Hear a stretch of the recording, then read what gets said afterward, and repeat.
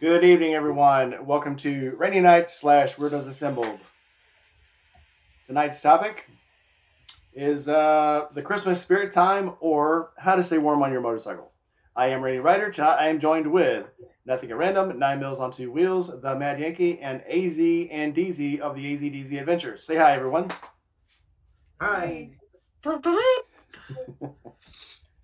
All right, so here we are getting closer to Christmas. So tonight's topics, so we decided to cover um, I think the big charity things are overextended, but things that are about your community is what I want to talk about tonight. Things you're doing in your neighborhood, things you're doing for your local, Marine Corps toy drive, little donations, things you're doing for your neighbors. That's what we want to talk about tonight because I think that's really what makes a difference around Christmas time. Even if it's just getting out and just helping your neighbors or talking to people or helping somebody do their oil changes. Not you, Aaron. We're not talking to you, but doing things for people. So, Aaron, we'll start with you. What's good? What's good going on in your neighborhood? Uh, so last weekend on Saturday, went and joined up with a bunch of folks that go to Throttle Cone. We all rode out to a Target and got toys for a toy run at some Columbus fire station that hosts it. As for my immediate area where I live locally, nothing. That counts. That counts. Local fire station. That works. Yeah, it was a toy run, so I guess Toys for Tots is what it would have been. Right on. Other than that, I know a few places have done coat drives, but I haven't seen any. If I do, I might run to the store and get some coats to do that, but I haven't seen much. Right on. All right, Matt. 9 Mills on Two Wheels. Yeah, same thing. Last Sunday I did a big, matter of fact, I posted it today, a big toy run. I think the total was like 671 motorcycles at the end of it. It's big. It was massive. And I think they said they raised like not only an 18-wheeler full of toys, but like $18,000. Holy cow! So yeah, did that, and other than that, I'm kind of little. I got a secret I've been keeping, so I can't run around much. We'll hold that one for later because we'll come back to it. Yeah, yeah. All right. All right, Matt Yankee. What you got going on? Well, let's see. Last Saturday, I went to the Epping Legion in Epping, New Hampshire, where the fine folks who host the Low Life Chopper podcast, they were having their own what they call a chop walk. So basically, everybody brings food that they made or obtained, and then price of entry was either $5 or a toy, essentially making a toy drive. And so we basically just went there and hung out all night, and we raised donated a bunch of toys to the local church down the street, and that's basically the long and short of it. Somebody's got some feedback. I think it's you, Yankee. Yeah. Maybe. Is it me? It's not you. It might be Steve because whenever anyone else speaks, his block's lighting up. Hey, Steve, it's you. So you might need headphones or a headset. There we Yeah, go. now that he's muted, it's fine. I do All right. have a beer and a Christmas cookie. That counts. I also have beer. Ooh, there you go. Got peppermint working. Wow. So since Devin's wearing my shirt, he gets to go first. Devin, what are you doing? All right, well, we went on that same toy run with Aaron. Caught you with your mouth full. So. No, I was just finishing up actually. So Same difference. yeah, but that was for firefighters for kids, not Toys for Tots. You're shaking the camera like crazy. Dog. Same thing. Yeah, it all does the same different thing. Getting toys for kids in the local area, and then I know I've heard some different fundraisers and whatnot around the area for different causes. I've even seen where people are sending, or one guy in Kentucky that does weather, he sent a bunch of stuff down to Nashville area for the people affected by the tornadoes to help them, so their kids can have gifts and stuff. down there. Yeah, that tornado. Side note, that was freaking nutty. That was supposed to come right through Memphis, and like 30 minutes before it happened, it like dipped below Memphis, below me, and then right back up on the other side of us towards like Lakeland, and then took off down 40. So that was crazy. That almost hit us, and we got rain and wind, and it just luckily avoided us. Luckily. But so, well, Annette, is there anything you want to add to that? Correct him in any way? Not really. I mean, Tell him he did a good job. he did okay. Okay. So what? You gotta say something in that. What have you been up to? So how are you enjoying your new motorcycle? So funny story about that. Devin never plugged it into the battery tender after Forgotten Angels. And I was gonna take it to the toy run, and it wouldn't start. So we had it on the battery tender the night before, and it still wouldn't start the next day. Turns out, for some reason, Triumphs don't like being on the battery tenders. They're picky with battery tenders. What kind of battery do you have on it? That's a you question. I don't know. Because this is why I say that. If you have an AGM battery, pretty much any battery charger will charge it. If you have a lithium-ion battery, you have to have a charger that's for a lithium-ion battery. It's not a lithium-ion. It's a regular AGM, but it's something with Triumph's programming. I guess certain the voltage that's put out by certain tenders sets off a high voltage warning or something, and you have to pretty much erase the memory from the computer for it to start. It's weird. I found a couple of different forums about Sounds it. like a lemon. Trade it in. Get something good. I mean, what? I No, mean, it well, runs just fine now that we unplugged the tender and took the battery cables off for like 5 minutes and put them back on. So Yeah, you know how a good way to keep it charged? Ride it. I'm just saying. They already treated the roads up here, so Because I'm gonna say this. You're saying, well, Devin did it, but that was after Forgotten Angels. And how long was it till you rode it? I mean, I'm just gonna say, not casting stones, but here's one or two. Okay, she wasn't home for 2 weeks after Forgotten Angels. That's also true. But she's been home since then, so. And it's been absolute garbage. I was surprised my bike started for the toy run because I rode it, or a couple days before the toy run, I rode it for the first time. I didn't ride it all through November, and it just sat there. And I'm like, I didn't put you on a Tinder. Are you gonna start? Well, I found out the wrong way that my lithium-ion charger only charges to 12.1, and my other one, that's the exact same brand of battery charger, charges to 13.1.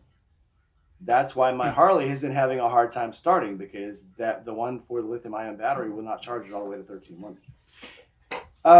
We're gonna go ahead and let Steve come on. Apparently, we have a special guest tonight, but we'll let Steve talk first. What was the actual question? So tonight we're talking about the spirit of giving, the things you're doing, and I know you don't be modest, Steve. You do a lot for people and charities and stuff. So, what do you got going on this year? Well, this year I'm kind of like, me and the company are kind of just one entity, one thing. So it's not really like, what did I do personally? It's, what did I do and the company and everything else. Because You're the head janitor. You get to make a lot of decisions. So what have you and the company done this year? This year we've donated a lot of boots, apparel, pretty much anything you guys needed, shirts, cash, like to Red Hawk Native Arts Council, donated to them this year. So a bunch of charities. I know I'd like to blow your own horn, but to us it's a big deal because we're proud of you. And we're proud of being associated with the brand. And we're proud of being associated with you. So it's to us it's a big deal that you do this stuff. Yeah. We're actually about to move into. Finally get custody of our larger, or our next warehouse, which is larger. We're going to keep this one, but have one a couple doors down. We're going to finally get custody of the keys of the unit, hopefully January 1st, and then that's kind of when I start planning out. Okay, well, what am I going to get for this year? What do I want to get for this year? And so, how much can I get for this year? I have a few things coming. I was hoping you were going to move to Mississippi or Tennessee or something this year. You said, I got a new warehouse in Tennessee? Yes. No. Awesome. He's got a new warehouse in South Carolina. That would make things a lot easier. He's got a small warehouse here, so in my garage. And Goon will take over management of that warehouse for him. That would be nice. Yeah, I don't love doing business out here in California. It's not necessarily easy.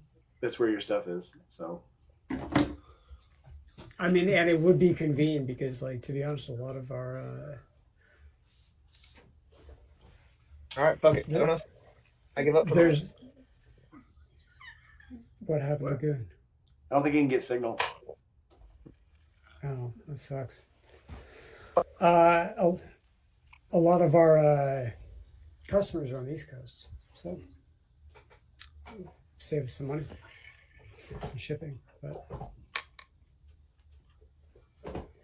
Be neat. that is what I did throughout the year, and it's kind of a ongoing thing. And then, oh, that's very nice, good.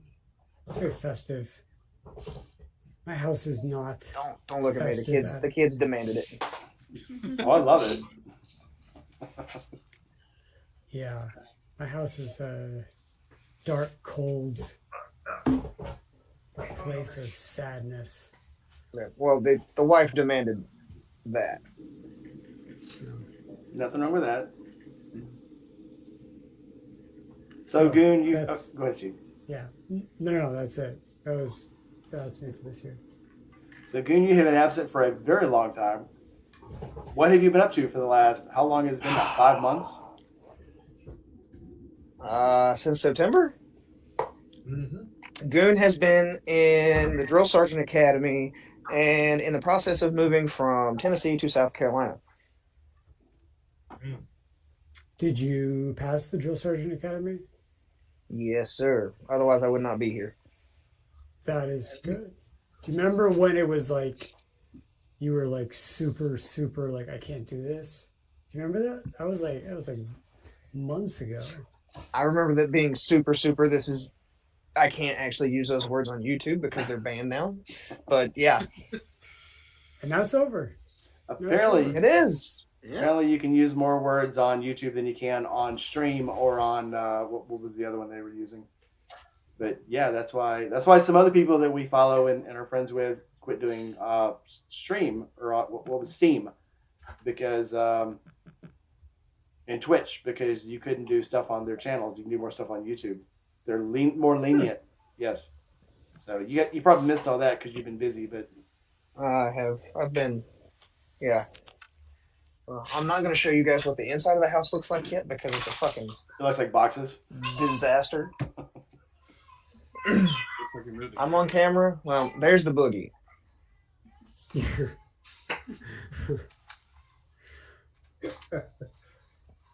But the chaos that is the garage right now. Jody, just for reference, the truck started just fine, so I think it was just a bad cell in the battery. So is your official title Drill Sergeant Goon? Maybe. Jody, go. Get out! All right, tonight on the channel we have GMI Rides, Dry Heat Doug, who in last night's stream said that I forced him to make a bad decision, or I in some way made him do something, and I found out today what I actually did. I'll let him fill in. Doug, I'd like to get you on here sometime on the channel because now we're brothers. Now we're real brothers in arms because of what I made you do apparently. Who else we got here? Sky's Limit 73. The Gma again. The Diana Pillion style's on. I will be getting on. Oh, Juice made it. Juice is watching. He will not be able to get on tonight. Sad to hear. Oh, I miss Juice. I do too. But no, Mike, the reason that I keep changing... Oh, my bad. Go ahead. And Moto's in. Moto's on tonight. The reason I keep changing my tags is I refuse to fall under Virginia's tyrannical bullshit laws. Oh, I did the same thing. So for those of you who don't know, so someone asked in the Discord today, Gunn had to change his plates again, and they said, I thought you were in the military, you didn't have to change your plates, which is true to a degree. So let's say I'm a single guy and I'm still claiming my parents' home address. I can literally just keep my Texas plates or whatever and be stationed anywhere in America and keep those plates until I have I homestead somewhere, and then I have to get my license in that state because now I'm homesteaded there. So I'll get married and get a house. Now I have to get licensed in that state. So, but once you change your state of residence, you can claim your driver's license in that state. Your vehicle plates still have to bounce around. So I have an Alaska driver's license, but I've had 4 different states worth of plates. Yeah, North Carolina plates around here somewhere. I knew people from Alaska who moved around and retired, did 24 years, and still were getting paid their Alaska dividend for 24 years, my poor garage. living everywhere. Funny how all of the military garages and internal plans look almost exactly the same. Oh, this house looks almost identical to the one that I had in Alaska. It's kind of funny, minus the basement.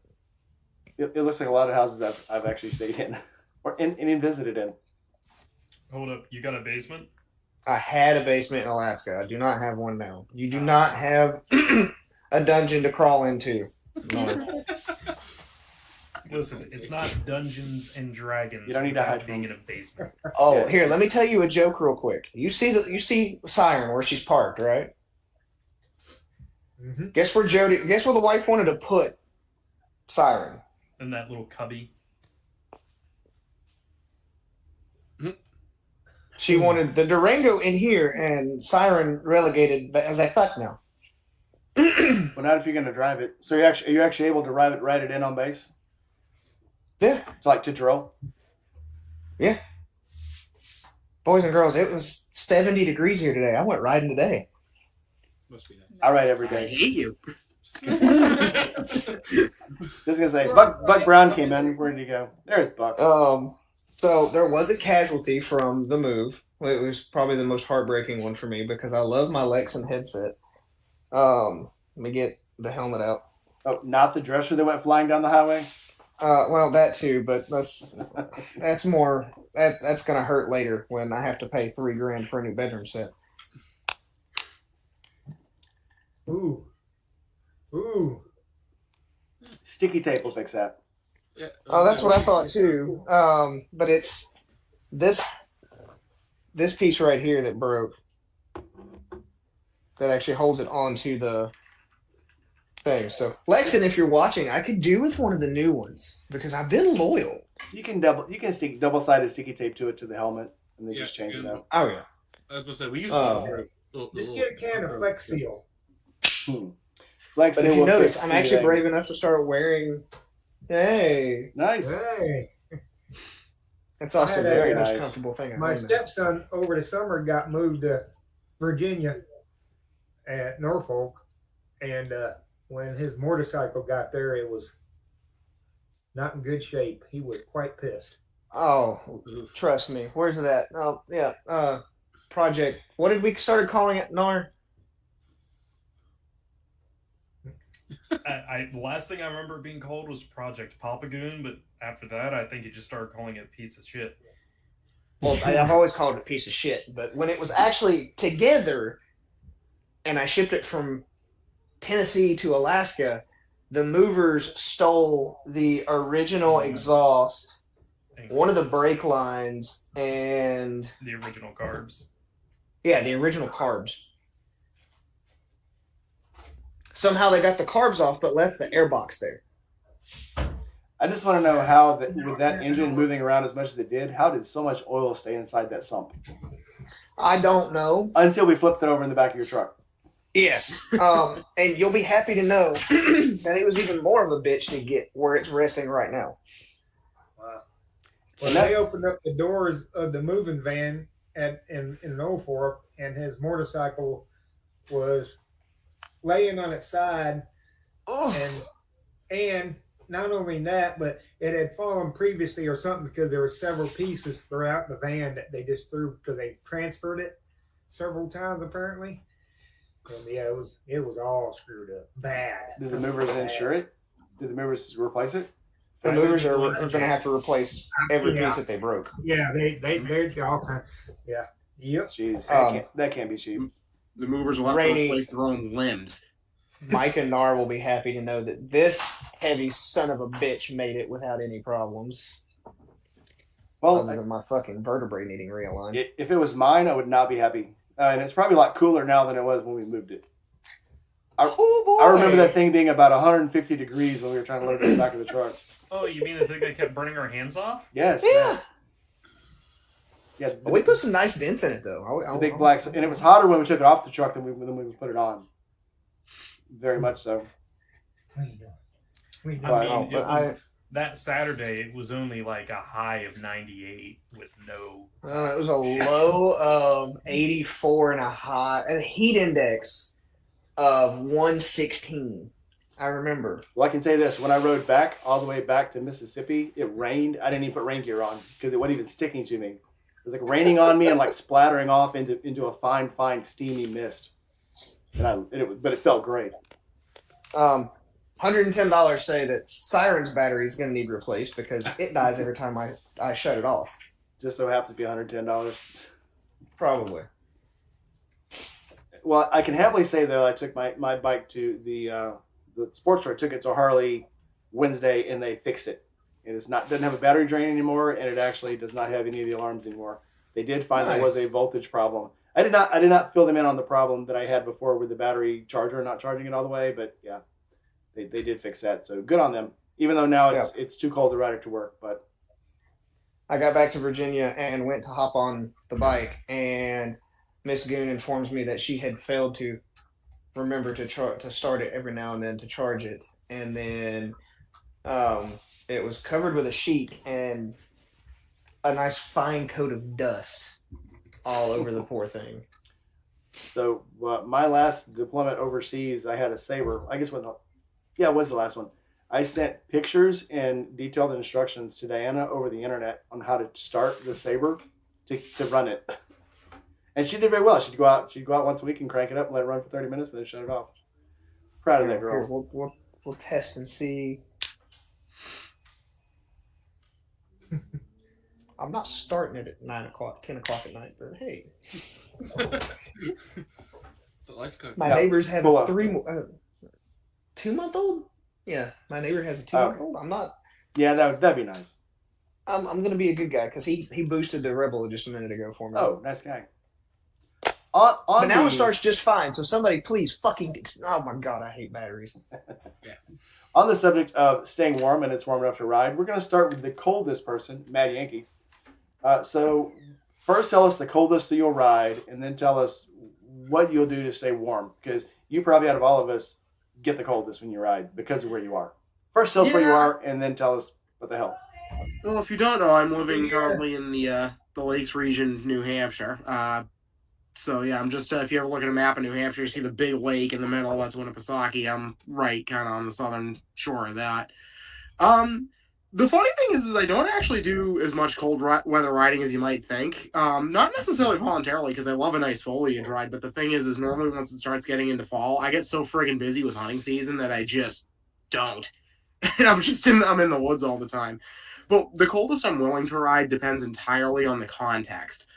Generally for once it starts thawing out in spring, once it starts hitting the high 40s, if the road's clear enough and it doesn't have the salt and the brine and all the crud all over it, then I might take it out. Usually my comfort zone starts at 50 degrees and up, and from there I'm just sort of fine. I can go, throughout all the 40s, and if I don't generally choose to ride in 30-degree weather, but if I have to for whatever reason, I'm leaving early from somewhere and I got to get from point A to point B, it can be a thing. It's all about having enough layers and just having the right gear and then taking a break when you need to. But at that point, it's like, yeah, I can ride in 30-degree weather, but I don't have much fun doing it, so I'm not going to voluntarily do it unless there's some really good reason, which may actually happen soon enough because I might be helping my dad move his bike somewhere this coming weekend, so that could be fun. But And he has a Chief or a Super Chief? he has a Chief Vintage. So when Vintage. Polaris Indian first started coming out with the Chiefs, they had the big one with the Thunderstroke 111 motor. His is the one with all like the leather bags and the fringe all over it because we love gaudy shit like that around here. So I like that. I like the fringe. I like the fringe. I love the leather. I don't like studs so much, but that fringe, especially on an Indian, it just kind of belongs. yeah, no, it does look really nice. I think it's pretty cool, but I do like self mockery sometimes, but yeah, I'm the same way. Still, yeah, studs aren't really my thing. I don't hate them, but I don't particularly like them. Fringe can be cool though when it's done tastefully. But if I think the coldest I've ever ridden in was probably, I want to say it was like mid to low 30s, maybe just around the freezing mark. I can't remember the exact number, but I can remember the context very well. It was the infamous escape ride from Arkansas. What was it? Not this past spring, but the one before. Easter 22. Yes. A few of us here might be familiar with that. And as I've told the story a few times before, but that entire ride back, essentially, when I left Arkansas, what was it, that Sunday, I think, and rode from there to like, think about Ohio. And then as I was leaving Ohio, I ended up outrunning a blizzard from Ohio to New Jersey, essentially, basically all the way back to New England. It was about half an hour ahead of the whole thing, the entire ride. And so that was fun in the most sarcastic sense of the word.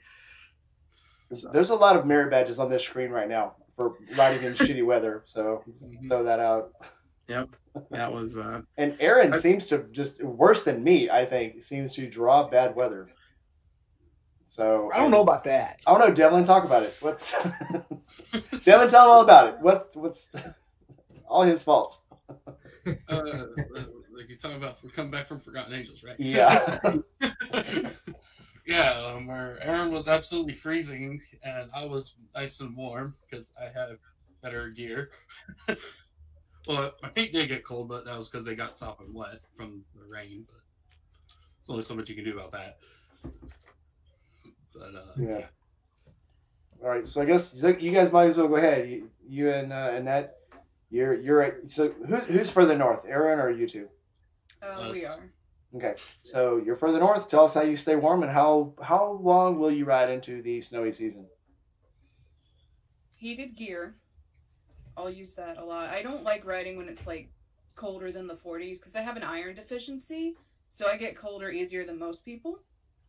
And I will ride if it gets colder than that, as long as there's no like salt treatment on the roads. So. Yeah, because we have heated gear that we plug directly into a wiring harness to the bike, so we don't have to worry about batteries dying in like 2 hours. So, which, if you were getting heated gear, that's the way I suggest, especially if you do longer ride when it's cold out.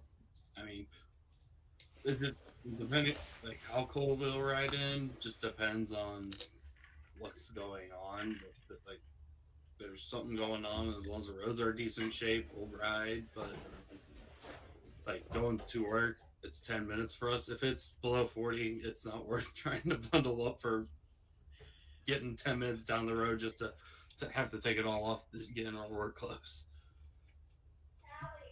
So, but yeah. I mean, we have ridden down to, what was it, like 30 degrees last year, Aaron? It was pretty cold when we did that ride. Yeah. When we decided to meet at Farron North and ride around in overalls. Yeah, well, you would have never in overalls because didn't have the heated gear yet, but yeah. It was 33 degrees when I left my place. Yeah, I know when I got home, it was mid-20s. I think it only got colder that day, too. I don't think it ever warmed up. No. Yeah, that was definitely a cold day. But that's probably been the coldest we've ridden in. But if you're wet, and 45 degrees feels like it's 20. If you're Yeah, wet when once you're the riding. once the So, water seeps in, you just cut your time like by 90%. yeah. Yeah. So it's just like I don't know if any of you guys have ever actually. So you have a wetsuit, right? Everybody knows what a wetsuit is, but you also have a dry suit for when you go uh, swimming in cold water. And once you get any water inside it, you're done. You surface because there's no time on that. It's like, oh, I have a leak. I'm coming up. So it's no. Once the water gets into you, especially so I can ride with gloves and I can get a little bit up my arms. Once I start feeling it crawl up the back of my arm, once the back of my neck or the back of my spine or under my arm starts getting wet, that's it. I'm done. It's time to pull over. It's time to get out of it because it's just not worth it. Is there a time when you were diving in a dry suit? So we were supposed. So I used to live in Chicago, and one of the big things there was to take out rides out on the lake, and they would actually take you out in Lake Michigan and go diving. And I had to dive in a pool. You had to do 10 dives in a pool to get ready for a cold water dive. And after about the fifth one, where they kept bringing the water temperature down, I was like, I'm not doing this. This sucks. I'm not doing this. Because that's one of those things they teach. You have to go in cold water before they'll take you in cold water. So they keep taking you into cold pools and submerging you. Just like when they teach you how to dive, they take you to a pool, they bring you down to the pool before they'll actually bring you to an actual real body of water. And once it got cold enough to where I was like, I could probably do it now, but psychologically, I'm like, no, I can't do this. I can't do this. Just having it around my face was too much. Well, the guy that said he wasn't going to show up, what's up? Howdy. Yeah. Meowdy. It ended up being a little bit more quiet here on a Friday night than I was anticipating, but we're having a party tomorrow, so I'm here it's the now. calm before the storm. Precisely. And evidently you're broadcasting from prison or something. Yeah, so Mother let me down here in my cage. Bring down the lotion. Oh, Jesus. Put the lotion on. Not what I meant by that, but also I have fucked up. He's in the command center. Chris and A-Hole Cop just stepped in. Hello, guys. Nice to see you just stepping in. So, Juice, tonight, have you followed the chat so far? You were in the chat earlier, so you know what we're talking about. Yeah, I've been following a little bit. So, what's the coldest you'll ride in? And then once it gets cold, how do you stay warm? On a motorcycle, the coldest I'll do is probably low 40s. If it rains at all, I'm out. Fuck that. If it's low 40s and rain, not happening. That being said, with the right gear, I know for a fact you can ride in well into the 20s, if not the teens, if not the negative degrees. You just got to layer up and have the right gear, mostly snowmobile gear. But on a motorcycle, in practical sense, where I live, I think I'm usually done by low 40s, mid 40s. I think there's a big difference in, again, so I've ridden in Chicago, St. Louis. Once it gets to where it's about 25 degrees and it takes the moisture out of the air, and if it is going to be moist, it's snow, I think it actually gets easier to ride in. That is if you don't have a naked bike. Now, the Harley I can ride down to probably around 40 degrees, yeah. The BMW with a full fairing and a front and heated grips and a heated ass, I can ride down to 20. But I would never attempt that on the Harley because I just don't. The wind takes a lot out of you. Could I do it? Yeah, sure. Hey, dude. Is that enjoyable though? Yeah. Do you I think remember you just have to brace the yourself temperature for I it. told you it was when I rode out to Clarksville for the first time? Yeah. I will never do that again. Are you talking about Yeah. Somebody asked a question. You talk about in March? Eric? Yeah. When you left when it was 20 out in Ohio? It was 19 at the house, yeah. Yeah. But that's knowing that once you get about 6 hours down the road, it's actually going to heat up. It didn't heat up though. Yeah. But you thought it was going to. That was No, 'cause I thought I was October going to camp out. get When a I nice warm left. truck. I'm sorry. No, dude, it's not your fault. It's not your fault. I still can't say what I want to say about that, but No, that was the March camp out because that's when he That met was me, the and I March had camp out to from this yeah, year. and I had Right, to because- work on his bike in a was it a come and go? It was it was Nicole's bike at some like Real gas station chain, by the way. rundown truck stop, gas stop. Yeah, it might have been a Phillips or a Billups or something, but yeah, it wasn't that bad. They had amenities on the inside. They had a full snack bar and shit. But yeah, it was Aloha snack bar. It was northern Florida. Mhm. But so yeah, you were still in the hickish part of Georgia. We hadn't made it into the good part of Florida yet. Yeah, we just got south of the big welcome center because we Yep. stopped there. I noticed all the oil, and then we rode for about another 40 minutes or so, I think, and then we pulled over at some BFE truck gas stop, and you started looking at the Harley at Nicole's. Aaron, when we go to Virginia to ride the back of the Dragon, I will show you BFE. You'll start to hear the fucking banjos playing. There was a The couple fucking deliverance shit.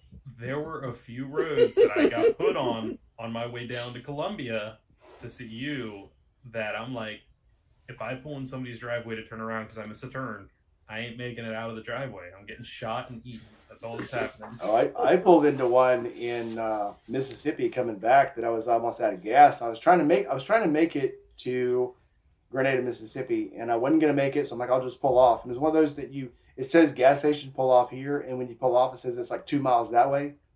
And I'm like, well, at least I know there's a gas station there. I'm gonna make it to it. So I rode down You this think road. there's a gas station there? Well, there was a gas station, and when I pulled up, there was 4 pumps outside, one fluorescent light above. You know, like there was probably 20 of them burned out, one burning. So I park up, get gas. I got gas. Went inside to get a soda. So I get a soda, walk to the counter, nobody's at the counter. I walk around back, nobody's back there. I walk to the bathroom, nobody's back there. I walk back around the store, and all of a sudden the lights start going out inside the store. And I'm like, well, I guess it's time to leave. I walk out of the store, still got the soda in my hand. I go to turn around and the door's locked. And I'm like, well, I guess I got a soda. And I guess just probably get on this bike and go while I have the chance. So it was pretty creepy. You walk into a place you think is a public place and all the lights start going out. It's time to leave. It's time to leave. With your free soda, with your complimentary soda. Have a nice day. There are parts of the interior of Maine occasionally when I want to like go riding up towards the border. There are no gas stations. There are no banjos. There is no nothing. There is nothing there when you start heading out in that direction. That's the kind of place where it's like, well, I better not slide my bike off the road here because if I end up breaking my leg and I'm stuck in a ditch here, no one's gonna know. And they'll find me a week from now, maybe. Did any of you guys hear about the dude that slid off the road? And they looked for him for like 4 days. And when they finally found him, he was on the side of the road with a broken leg, brain injury. Thought he'd been there for a couple of hours. Still had a McDonald's breakfast sandwich in his pocket. And he says, yeah, I got a sandwich for my dad. I'm going to see my dad. 4 days later. That's a true G right there. Yeah. But he was way. How this dude survived, and it was cold too. They said that they had covered that place a couple of times, looking at the ditches, and they'd already passed by it, and then they're going to make one more pass. And I saw something glittering in the 4-foot tall grass, and it was his headlight. It's the reflection on his headlight, obviously not the headlight. And they went down, and he was just laying there on the ground. Hi, guys. Hi. I'm going to see my dad. I got him a sandwich. Had something similar. Matter of fact, right there at my brother's house in Florida, there's something similar. There's a curve about 2 miles from his house. There's a guy that had either a CBR, I think it was a CBR, but you can always hear him just get it. You always hear him flying down that road. You hear him, ee! And one day he come up, or his parents come up and asked if anybody had seen him. And they were looking for him because his work called, and he hadn't showed up for work. This, that, and the other thing. The guy lived there his whole life, kind of thing. And the curve, he got to that curve, they'd taken 8 billion times and went straight. And it was 5 days before they found him. 5 days. They said he lived for 3, they think. Oh, okay. This did not have a happy ending. Yeah, that was not a happy ending, but No, you could just sat and somebody just happened to look, just barely see like a single tire track going, where it shouldn't be. And they went, "What's that?" 5 days after he'd been missing. So I was like, "Wow, holy cow!" Here's a funny one that she did live. A woman got lost and was leaving messages for her husband, and the rescue service was calling her, and she wouldn't answer because she didn't know what the number was. And she'd been lost for 2 days. But wouldn't answer the phone. Really? That's a true story. That just happened. Wow. Not, a month ago? Yeah. Wow. So, anyway, so I will ride obviously down to about 20 degrees. I ride to work every day, and I do bundle up. But the good thing about being maintenance is once I get there and punch in, I have time to kill. I don't have to be on a line. So I get there, I'll punch in, and then I'll go into the locker room, and I get time to take all my gear off. And having a big bagger, when I go home in the afternoon, I just bundle my stuff up in the bags that I'm not wearing home because I go to work and it's 25 degrees. I come home, it's like 70 because that's the joy of living in Mississippi. But and it's it's worth it to me because I don't see another way out of it, so I just do it. And I don't just. It's like I treat it like it's not an option. It's like when you have money and you act like you're poor, you'll keep your money because in your mind you need to save your money, so you just keep your money. So I just ride to work in the motorcycle because in my mind I need to ride to work every day on the motorcycle. So I just do it.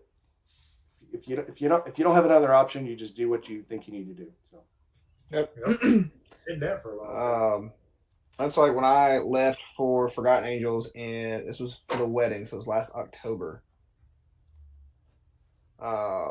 It was, I want to say 34.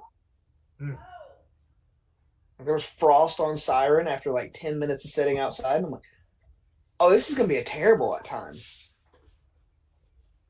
I want to warm up by the time I get to Georgia. Yeah, fuck no. I didn't warm up until I got to fucking Florida.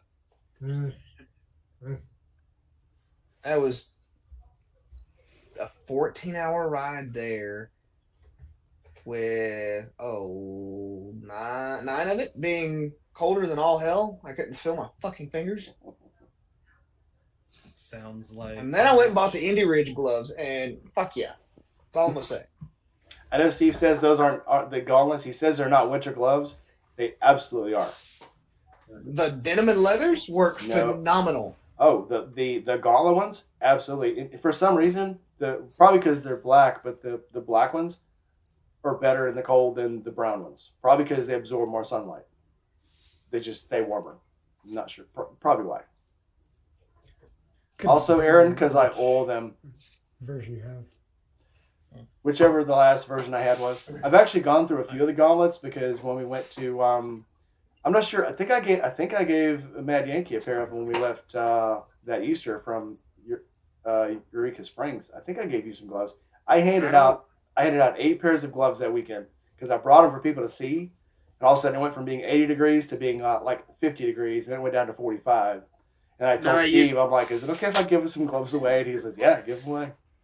No, I don't think I got a pair. You let me test a few of them out, and I did find they were really, really, really nice. But I thought I'd give you some. I would have recalled receiving a pair because I didn't have them on the ride back, and the hands were definitely a weak point during that ride. I thought I'd give you some. I gave them to everybody else. I know I gave some to Greg. I gave some to Jerry got Shaky. a bunch. Obviously, I gave some to Jerry.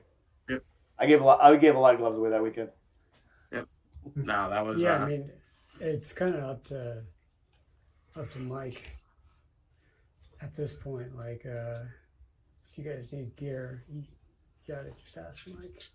I think everybody on this page now is a tester, except for I've just been a piece of shit and not ordered anything lately. Annette, write me a sweet letter and tell me what kind of riding you do and where you ride, and then I'll hook you to the testing. We were friends. I thought By the way, you gotta go through the process just like everybody else. You do the official thing. Yeah. I keep meaning to do that, and then I just forget. I get distracted, and I have told you. I think write me a letter. We'll do this officially. I make everybody go through the official channels. So yeah, just do it. That way we can track it. It's easier to track that way too. and we have your email. Go on So. Discord to get the official. Yeah. Yeah. Okay, I might remember. If we were friends, you would have already emailed me. So let's just throw that right out the window. I see how you feel. Look at Well, that shirt. I have the best. I know code it's a writing- nice shirt. I have the best How's it code feel? writing gear there is. A van. Oh man, that was good. Texas. No, it's called I don't have none because I don't ride in the code. It's called living in Texas. I was about to say Texas. Does that count? Is that a cheat code unlock? Oh, yeah, unlock that. Yeah. If Or is I- that this? I can comfortably ride with a decent leather jacket and my chaps. That's good. I'll ride in it, maybe 55 degrees. But below that, I probably ain't gonna ride. I'll still be riding at 40. I'll hate my life, but I'll be doing Oh, it. I've done it. Well, I've done it. Switching Yeah, switching from assless chaps to full gear makes a huge difference in how low you can I ride. want to see you. Never mind. I'm not going to say that. Never mind. Hey. Yeah, Well, yeah. that's out of the bag.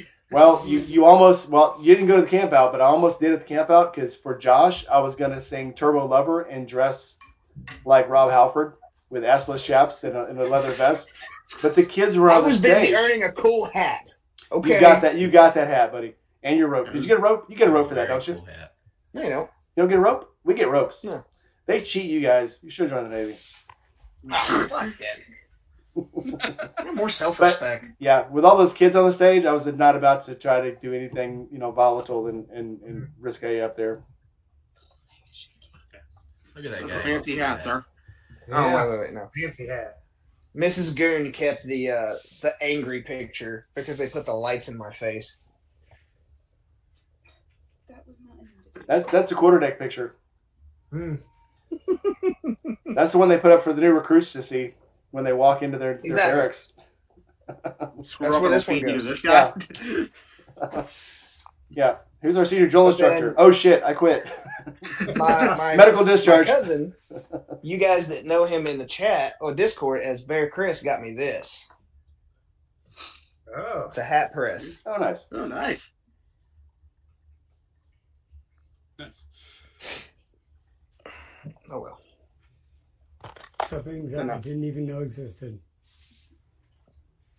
Yeah, I mean the hats are only made out of like really thick felt, so let's be real. So, are you gonna encase the brim of yours with resin and sharpen the end so you can Liu Kang somebody with it? Already done. May or may not have already put a hole in something.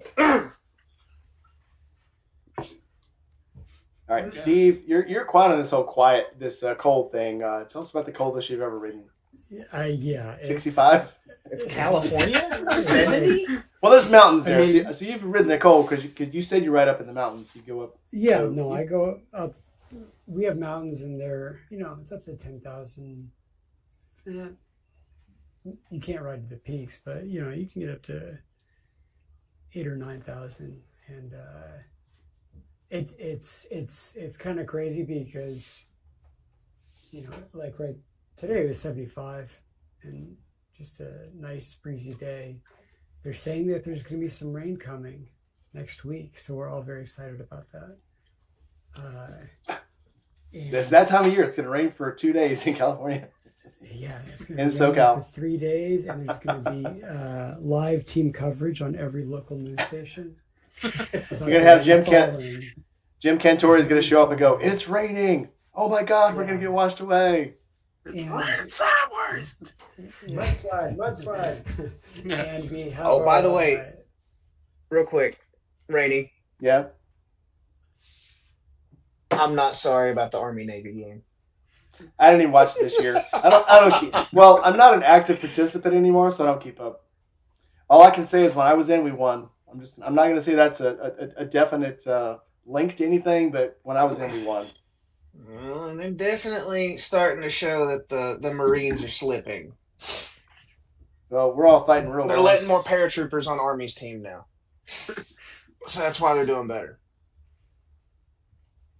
If you say so. It's all officers. I mean, they're all freaking plebes. So I mean, you're not wrong, but at least some of them have the gall to jump out of an airplane. we jump out of airplanes. We just don't have to tell everybody about it.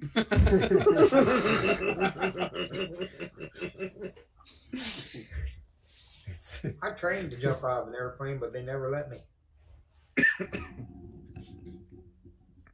Never let me. I'll go ahead and admit I already miss operational side. Yeah, I don't miss being in. I miss being deployed.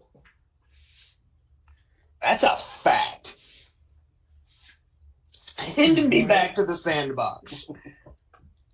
Why is Let that the Nar case? stress. Send me back to the sandbox. Yeah. What was the draw of deployment? So okay, so they say the military Go ahead. is. They say the military deployment is 11 months of boredom, punctuated by 4 weeks of oh shit, we're all gonna die.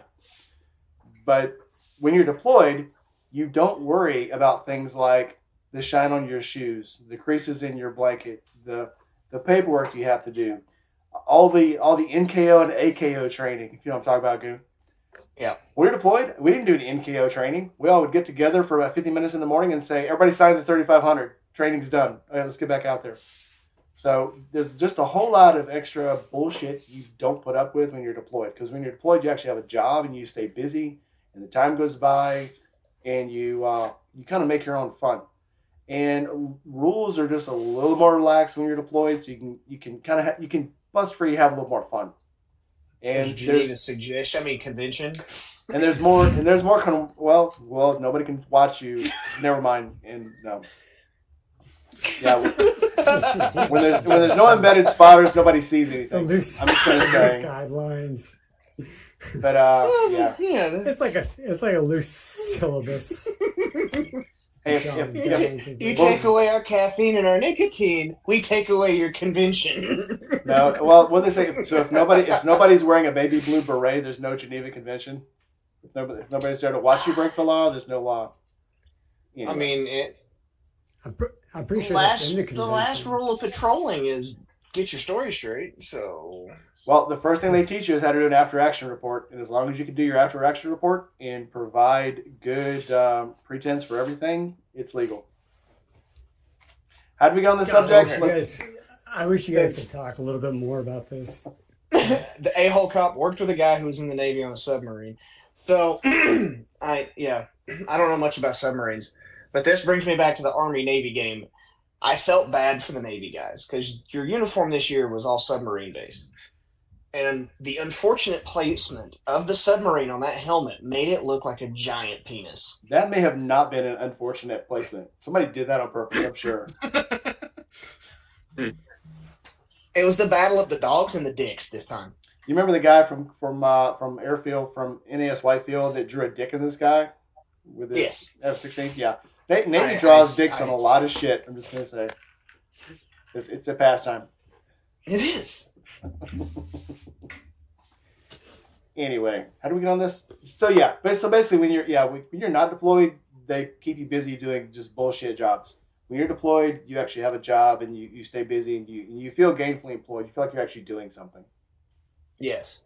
Like, for example, as 11 Bravo or infantry, my job in the rear is glorified janitor and groundskeeper when we're not training. Deployed, we actually go get to do the fun shit. And you get shawarmas every day if you want them. You don't have to look for them. That's true. Hey, Shawarmas all pepperoni is fucking phenomenal. Well, we had It may give you the shits, but it tastes fucking phenomenal. We had a Taco Bell on our fob, and the shells were like mini burrito shells. The cheese was goat cheese. The ground beef was halal. The lettuce was really cabbage. But I'm telling you, that was the best taco I've ever had. And none of it was Taco Bell approved. And this was where? This was our forward operating base. So your forward operating base is where all the good stuff is. You've got miniature. Yeah, you've got basically you have a Burger King that's about the size of a dog trailer. Your Taco Bell is about the same. You have a Pizza Hut that's a little shack that's about the size of, I don't know, your bathroom at home. And you have a green beans coffee that's about the size of a water trailer. I think our green beans was probably the biggest trailer we had. The green beans is the deployed version of Starbucks, but it's like half the price and twice as good. That's a fucking fact. Yeah, but I meant what? I'm assuming And this Rev-It. is Unlimited Afghanistan? Rev-It. what's that? I'm assuming this was Afghanistan. No, that was Iraq/Kuwait. Hmm. Because when I was there in 05, the lines were kind of blurred. When I came back in 08, you had the Iraq, Kuwait, but you could cross the border, but it was a definite border. And border, I mean, is a loose term because when you go on Highway 70 and 80, the border is actually looks like, you know, the little yellow blockades they put around gas pumps to keep you from hitting them. That was the border between Iraq and Kuwait when I was there in 08, and it was a fresh one. You could literally step across it. So, and that was my ECP was crossing that border. And then when we ran convoys, we'd run through that border. And sometimes you didn't even know you crossed the border. You're running through the highway and you'll see a ditch that's like a foot deep. That was the border. You just passed it. Sometimes you drive through it. All right, I'm just going to go ahead and apologize because you had a great topic and I just blew it all the fuck out of the water. As, you know what? Acceptable risk. So, yeah, green beans was the best. Buck Brown agrees. Green beans was the best coffee. I had 3 green beans coffee cups. I have 2. I think my I have neighbor one somewhere. Yeah, my in-country one, my neighbor ended up with. She liked drinking out of it, and she would come over and check on the dog while we were gone, and it never came back. One time we came back and it was gone, so I'm pretty sure it's at her house. Acceptable risk. She watched the dog for us, so I guess I'll take that. Skipping topic one more time because I have ADD like a motherfucker. We are going to redo the inside of the camper so that it is more NAR safe. Is that like The fuck does padding that on the walls and stuff? Yeah, I'm gonna pad all the corners so he doesn't Yeah, I run was into gonna them. say. No. You put the plastic plugs on all the outlets. Don't want any of those left exposed. Okay, that makes sense. But no, Goon will never be cold riding to Forgotten Angels again. He's throwing Siren in the back of the Rebel and he's pulling the camper down from now on. It's very nice. Hey,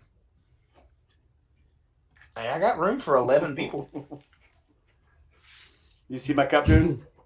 Yeah, I did.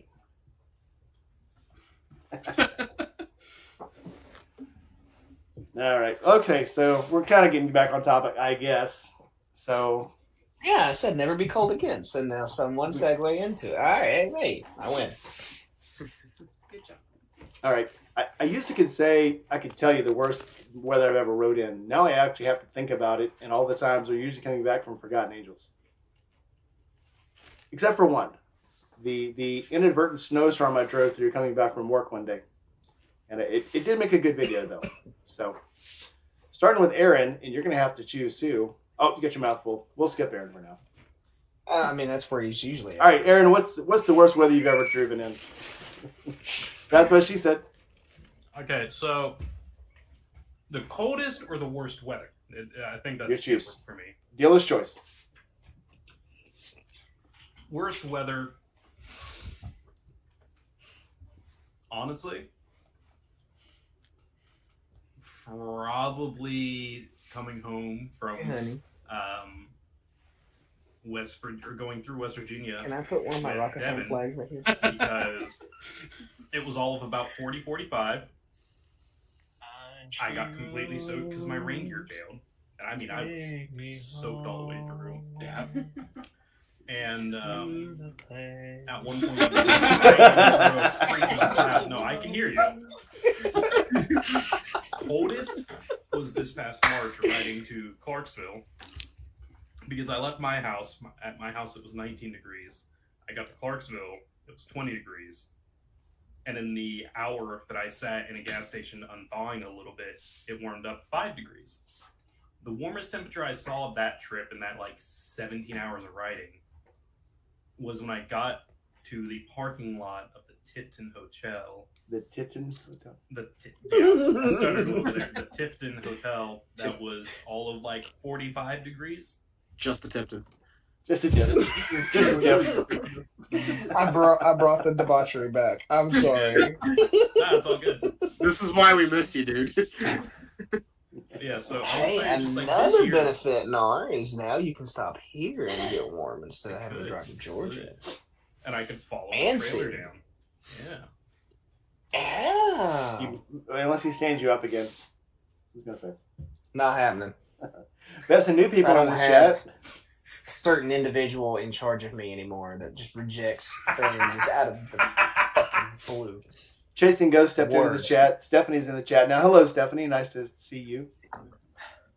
We got to get you a better call sign than Stephanie2442. We got to get you something cool. We'll work on it. Josh Harris from JD of the Queens has stepped in. Hey, everybody. And did we already said Chris, hello to Chris and A-Hole Cop. So somebody else stepped in. Steve, have you hung... Hang on, I haven't looked at Steve's background. There's supposed to be something hanging there. There is supposed to be something hanging there, yeah. I'm figuring out how to hang it. I have to rearrange a lot of this stuff.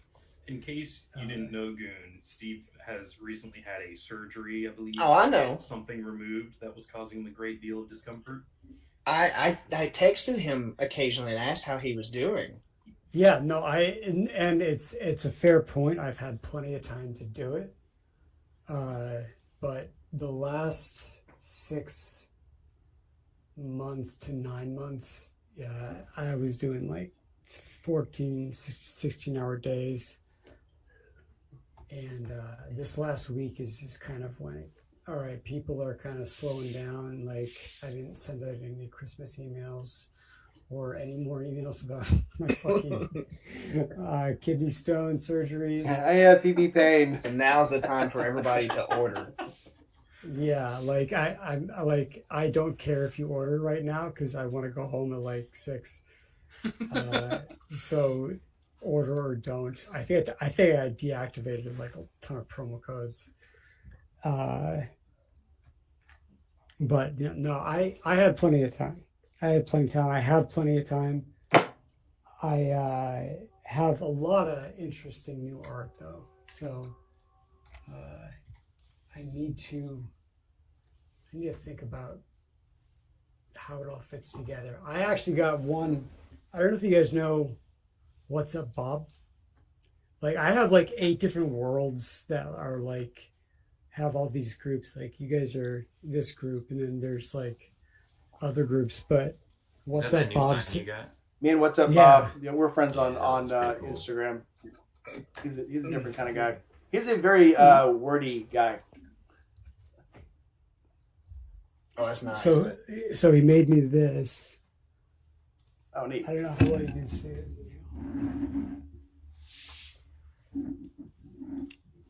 Pretty cool. Nice. Very neat. Yeah, it's I guess it's canvas, and his wife Sherry embroidered Indie Ridge on it. It's very, very, very considerate Christmas gift. I like it a lot. Lost on the Road is in the chat now. He is the winner of the most awesome motorcycle ever to be given away on the Shade Tree channel. Yeah, for real. Road King Dong. Yeah. You mean you said Road King Kong, not Road King Dong, right? Road King Dong. That's what I said. Road King Dong. Oh, and I meant it. No, I know what it is. No, I said it. I said it the way I wanted to say Road it. King Richard. No, I said Road King Dong because that's what I wanted to say. It's a big the big red on the head like dick on a dog. That's a big old red bike. No, it's a great bike. What's funny is he makes that bike look kind of small. Yeah, it's He's a tall motherfucker. What do you expect? So there are, well, one of them's here. So there are 3 people in the chat that are probably the tallest people I hang out with, and all 3 of them go to the camp out. So Juice, Ellie, and because Ellie's in chat? No, she's not in chat. But as camp out, all 3 of them are at the camp out. So yeah, I feel short against all of them. Road Kings look like the Sportsters. Yeah. Honestly though, Yeah. I don't care. I'll ride it either way. But Speaking of People Sportsters, have said I that. have a lift kit to put on my Sportster tomorrow. I've got some Seen that. 15-inch progressive suspension. I'll be putting it on tomorrow. And so are at you that gonna do point, anything with the front forks or no? well, here's what I got told this a long time ago. The actual from the neck back to the back, except for the swing arm, is a Dyna. The difference in a Dyna and a Sportster, they use the exact same frame, but this Dyna has a longer swing arm and a longer front end. So if I put a longer front end on that bike, it will be a Dyna because now I have put forward controls on it, I put a fairing on it, I put a longer seat on it, and a CC bar. It's basically a baby Dyna now. I was gonna say you're opening yourself up to the Maybe the not. Sportster guy that wants to be the Dyna guy. I've kind of slowly already. Well, I am that guy. I am that guy. He's not far from My it. Sportster's a Dyna. At least it's a It- Sportster. I mean, it is not a Dyna. something- The sports. I mean, really, the FX frame is a Sportster frame. Yes. The Dyna Yeah. designation is FXD. If it's an FX frame, put with a Dyna swing arm and front forks. That's the difference between a Dyna. If you don't know, and I'm not kidding. That's the difference between a Dyna and a Sportster, is the swing arm and the front forks. And the engine. Also, Juice. At Yeah. least it's a Sportster that's trying to be a Dyna and not something off the wall and kind of weird, Oh no. like no, a Japanese cruiser called a Bolt trying to look like a Dyna. Or Also like a true. soft tail looking like a Dyna.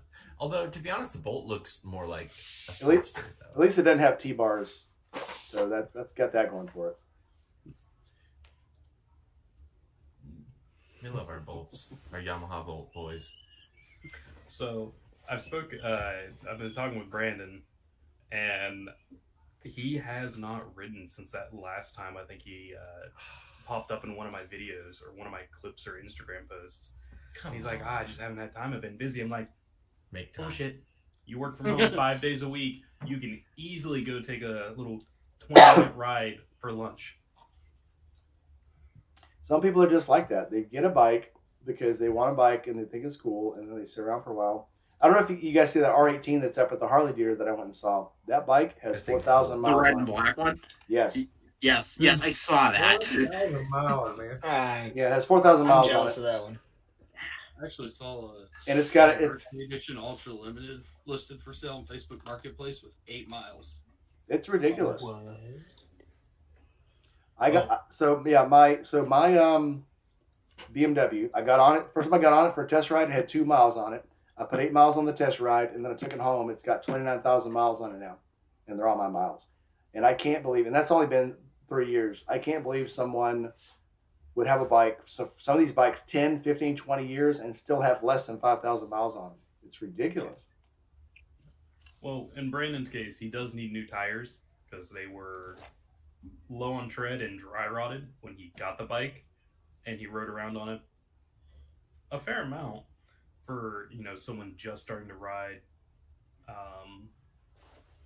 and I've missed this. starting in the middle of the season. But at the same time, I'm like, dude, you're missing out on some nice riding weather. He's like, it's cold. I'm like, it's 60. He's like, it's cold.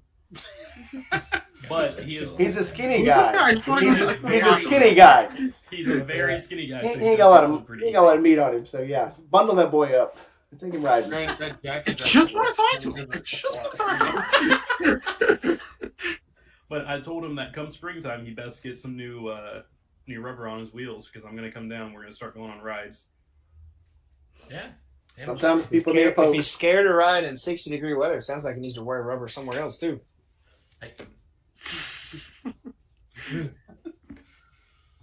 Anyway.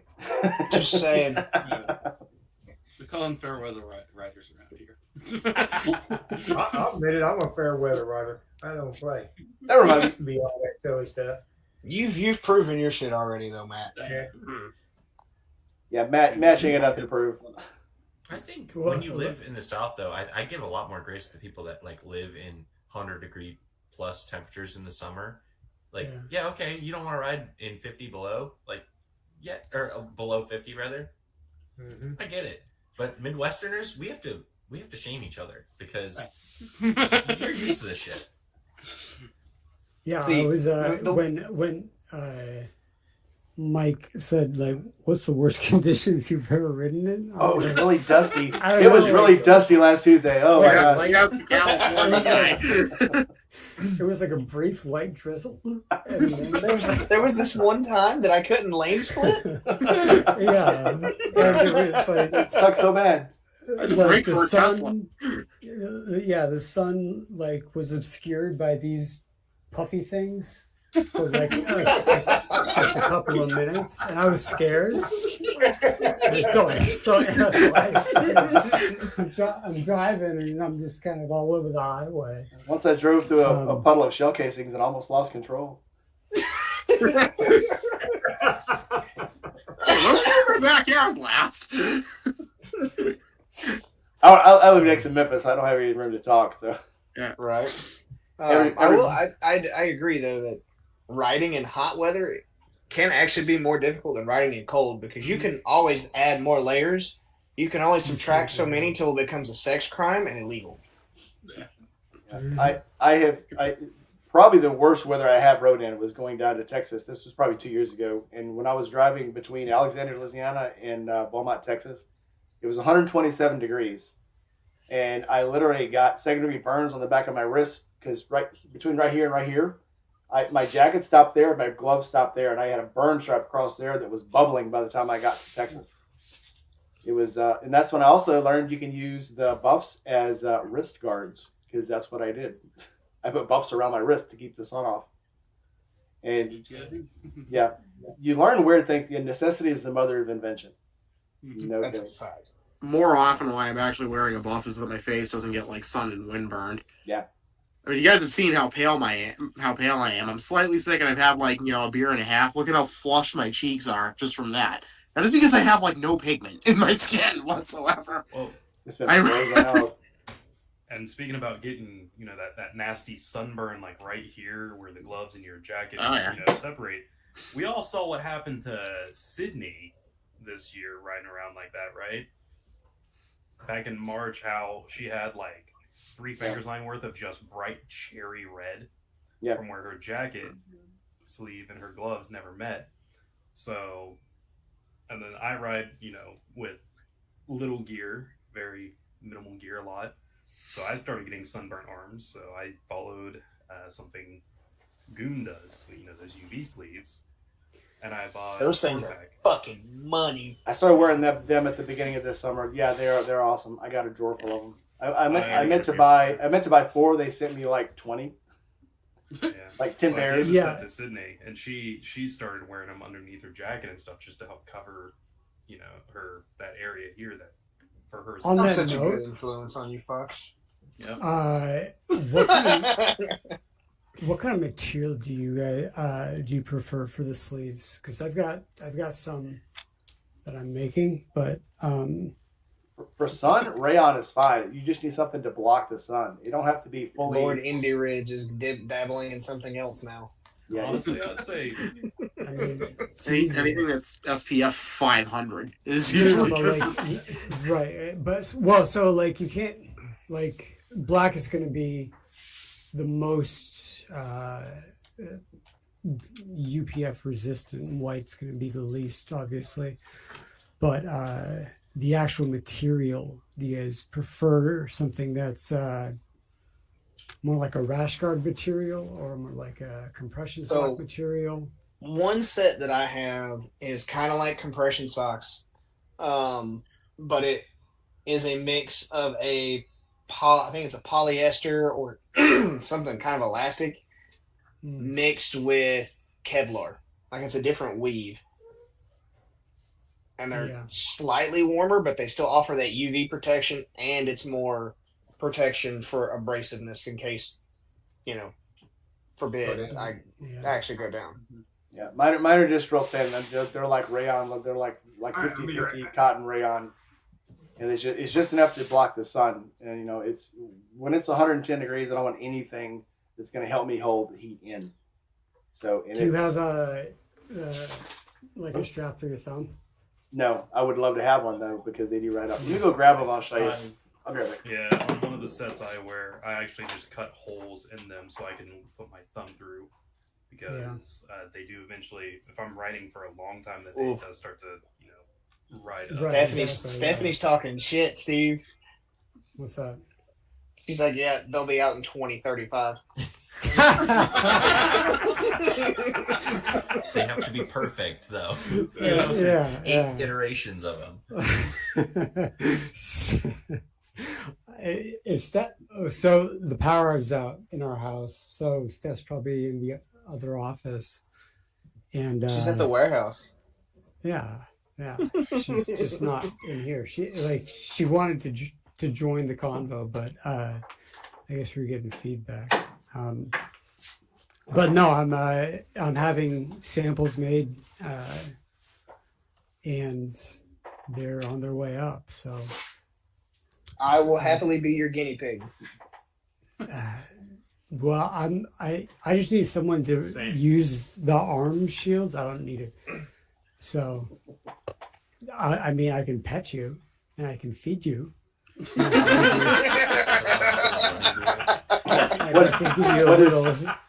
can give you a little thing for water. I'm down for that too.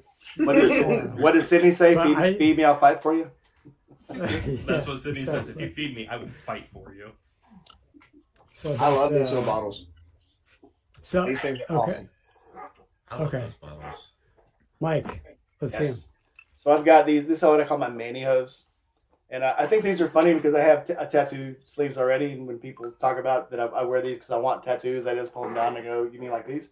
So, but yeah, so they're thin enough you can actually kind of see the color of my skin through them. They're actually really light.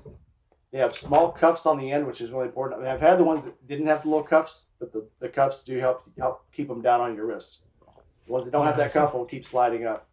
Yeah, but they're just thin enough. They're flexible. You can breathe through them, and when you sweat, it just evaporates away. You can also, these are thin enough where if it's hot, you can pour water on them, and they'll stay just a little bit moist, and it helps also keep you cool. So, yeah, so that's kind of the material that I'm thinking about is the stuff that keeps the sun off, and then you can get wet, and then it'll keep you cool, nice and colorful. Well, yeah. I'm probably just gonna go with simple colors. Simple colors is fine. I got these because they were cheap, and I just needed something, and I don't care what people think about me because I have nothing to prove, and I thought they were cool colors, so that's what. I just have no shame. So. Yeah, well, I have to make something that's not douchebaggy. Yeah, I've always wanted to look like Machine Gun Kelly. Yeah. But Steve, I sent you my new address. Thank you. Yeah, I know that it's pinned somewhere in Discord. And Nar loves to make sure that he can keep tabs on them. Dry heat Doug, yes, they do block the sun. You will get you can still tan through them, but it is enough to keep you from burning. And I say that's true. So when I went to Little Sturgis, it was about 110 degrees. I wore them on the way down, wore them on the way back. My nose got burnt, my cheeks got burned, my arms didn't. So I'm gonna say they work. For those of you that actually watch my videos, 95% of them in the summer, you will see me with those sleeves on. I've never burnt. The candy cane ones look cool. The candy cane ones look really awesome. I do like those. That's not a candy cane. It's a flag. Is it a flag? All I see is the red and white stripe. Yeah. Well, the blue's up here. It's American candy cane. Yeah. Trust me, if I could flip it and make it look like the flags, well, you damn right. But I've already stretched it out. Next set will be flipped. Yeah, the flag should be forward.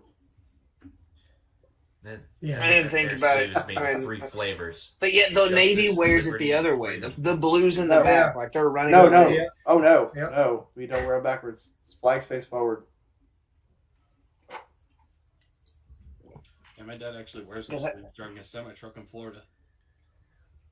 Because I was a very young private, and somebody stopped me because I had made the stupid mistake of wearing my uniform back home. And he saw me, he's like, "Hey, your flag's backwards." I'm like, "No, the blue goes to the front because we're always moving forward." And he said, "No, it's backwards." I'm like, "Okay, just go." Yeah. Side note, so yeah, in Vietnam and the bases that were in Iraq that the CBs built, you know, Marines are supposed to be the first to fight and first forward and all that. The CBs, when they built the forward compounds, would put up signs at the front gate that said "Welcome U.S. Marines,"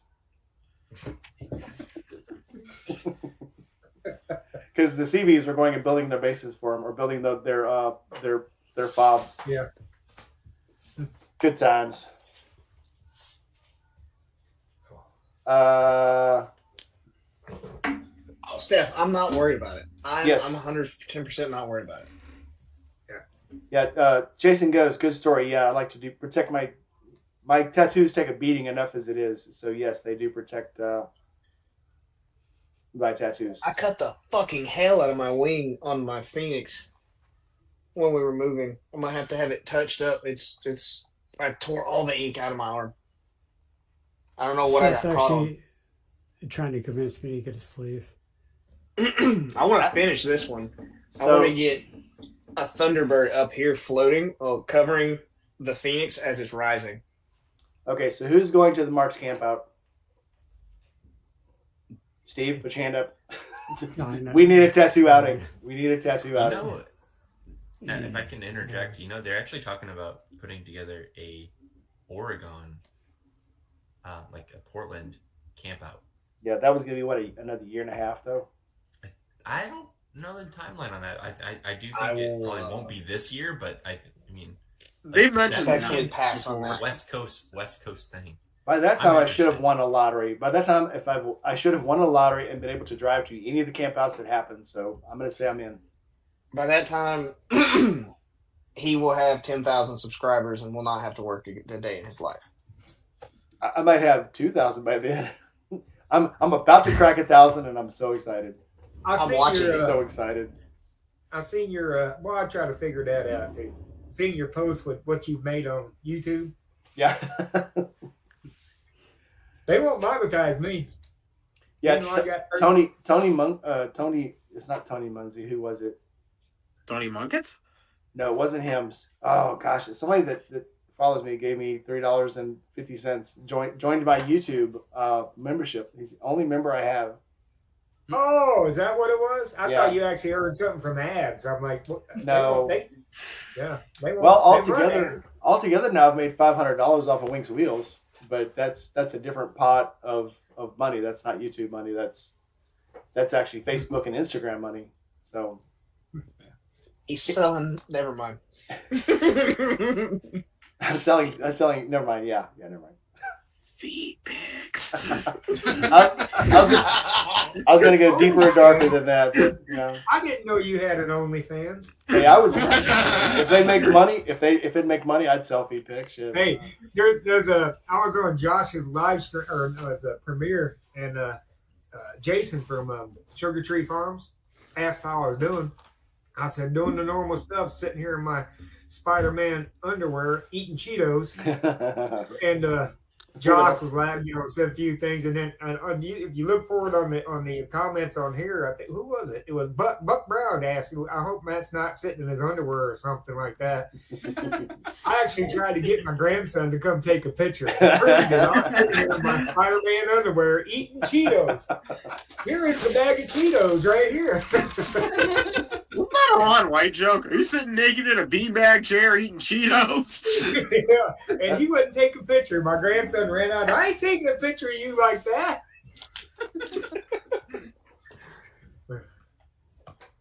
I'm going to prove the point.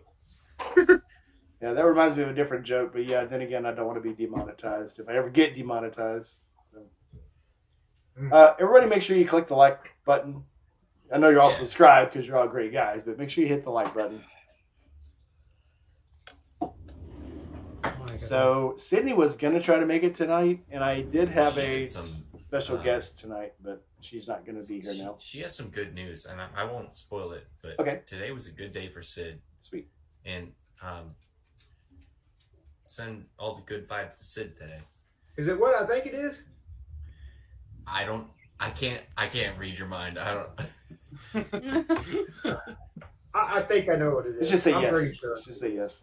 We'll say yes for funds, but Okay. I think it So was you want me more to give out my news, the secret I've been keeping, Mike? Go for Hell it. yeah. Yes, yeah, give it up. Here's the secret I've been keeping. Are you ready? Oh no. What did you do? What happened? It actually It's like a happened in hospital Florida. magnet. What are you doing? Yeah. That's it. It actually happened in Florida, and I've been putting up with it for a month, and I finally went and seen my very hot foot doctor.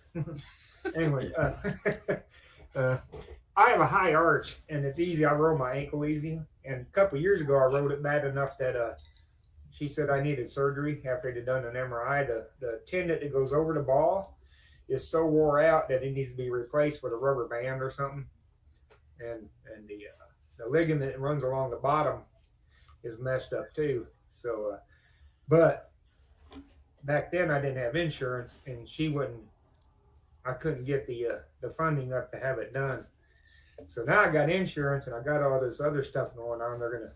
I rolled it while I was in Florida again, and it hurts. It does not tickle, and so they're gonna do surgery. I have a ultrasound on the 10th. And that'll determine if it's going to be a minor surgery or a major surgery. Difference between 2 weeks off my feet or 6 weeks. Damn. Yeah. Yeah. I just like hurting myself. That's what. You masochist. and the surgeon, and the orthopedic surgeon is still refusing to fix my shoulder. It's so frustrating because you had the clearance, right? And then they're like, you don't have the clearance, right? Or did I have that story wrong? Yeah, I got the clearance from my oncologist. Yeah, but the orthopedic surgeon is a little different. He just don't want to take the chance of knocking me out. And he said, it's something I can put up with the pain for, rather than, taking the chance of knocking me out, kind of thing. So I could kind of see it, but like I said, I have such a hard time saying it. Podiatrist said she was Podiatrist. Poking around with her fingers and stuff and lighting me up. I mean, I was begging her, you got to stop doing that. You got to stop touching me, there and all that. That sounds funny, don't it? You got to stop touching me. That's Did you set a safe word? Yeah, but she said the only thing is surgery. And I mean, even riding a motorcycle, it bothers me quite a bit. All right, Steve, I got a private message. Somebody's asking me what are the official Indie Ridge channels? So what's your official website? What's your official YouTube? You have two videos on the YouTube now? Yeah, I don't. Instagram has a bunch of cool videos on it. So what's your Instagram channel? Indie Ridge is just Indie Ridge on Instagram. For YouTube, I don't even know. It's Indie Ridge. I was gonna say, if you want to find Indie Ridge, type in Google, go in best motorcycle boot, and you'll find Indie Ridge. Yeah, this is something that I. That's a good question. This was something that I was actually kind of stoked about. Hold on, I don't want to say it out loud because I don't want to for it to not be true. But if you go on incognito mode, fuck yeah, it's the case for me. I don't know if it's the case for you guys, but if you go on incognito mode and your cache is cleared on Chrome and you just type in the word motorcycle boots, what are the organic searches, not the sponsored searches, the first organic searches that you guys see? Because I thought it was just me because, I'm here and it's geolocated. But the top organic search is Revzilla. What is it for you guys? Some little company I might have heard of called Indie Ridge, I think. Is that number 2? That is right below. That is right below the people also asked, but right below Revzilla for me. Okay, Yes. Yeah. Mine is Indie Ridge and then Harley Davidson. I know. So that was a big that was kind of a big deal, and I didn't even know that it happened until I guess I just searched motorcycle boots on incognito, and I was like, "Fuck, we're high," and it was Revzilla, us, and then like JP Cycles, Harley, and I was like, "Okay." You beat Harley recently, wasn't it? Huh? Didn't you beat Harley recently in the search algorithm? Yeah, we're currently the number 2 organic Hell yeah. search for motorcycle boots. So I mean, that was, for me, that was a big deal, because I don't even know where we were at like a year ago, or even 2 years before that, page 10. So to be on organic search, not sponsored, but I mean, we do have sponsored stuff. I mean, everybody does, but for organic to be that high, that was kind of cool for me. That was cool to see. We have pulled off some shit. Yeah, it was, and a lot of it was, thanks to everybody, and probably everybody on the screen here. It's everybody, including David Tyler, Josh, everybody that put the boots on, Bry. Yeah. Everybody that just raised the question, what are these boots? Putting the picture out there, everybody's going, what are these boots? What are these boots? And people legitimately searching Indie Ridge boots because they see them all over the place. Yeah. So good on us. Good job, everybody. Thank you, guys. I appreciate that. And next, send me an email. I thought maybe I'd text Cindy to see what it was, but it's too late. I ain't gonna bother her. He probably hasn't seen it yet. But yeah, so if you guys want to, we actually have some new stuff coming. So, and it's actually true. I'm excited to hear about all the new shit that you got coming. Well, so like there actually is stuff coming. Like it's actually on the water already. So it's not like I'm making it. It's done. And it's just needs to get here. And then there's other stuff that I'm going to send out to you guys all to try out. Those are on the way as well. And then we've got fucking 10,000 t-shirts. So I actually have to go in and redesign the website because we're redesigning it in a different coding language instead of Shopify. This is all very boring, I'm sure, for everybody else, but it's, I think we lost the guy that's always commenting on about the dress show. So you can say whatever you want to say. The what? The one guy that kept chiming in about is this a fashion show? Why we keep talking about clothes? And it's like, yes, it was the sewing circle. The sewing circle. Oh yeah, Yeah. He's gone now. So I feel pretty. I don't know about you.